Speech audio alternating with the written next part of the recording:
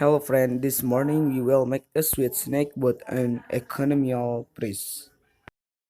Okay guys, just take a look at the ingredients and how to make it.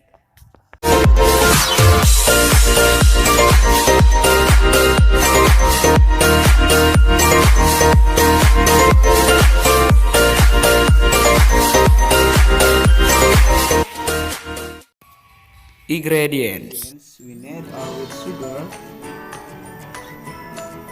sweetener,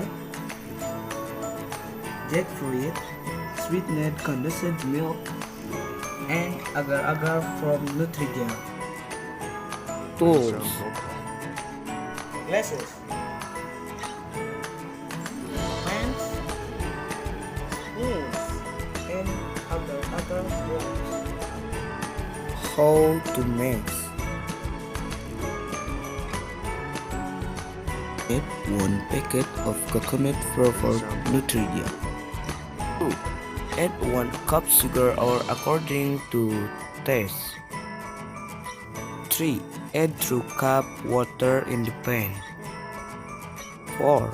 Stir until boiling over medium heat. 5. Wait 3 minutes until it cools a bit. 6. Put the agar into the mold. 7.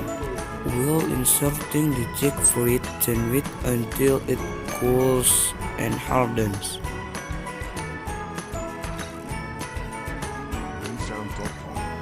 8. Ensure that the first sweet is ready to be served.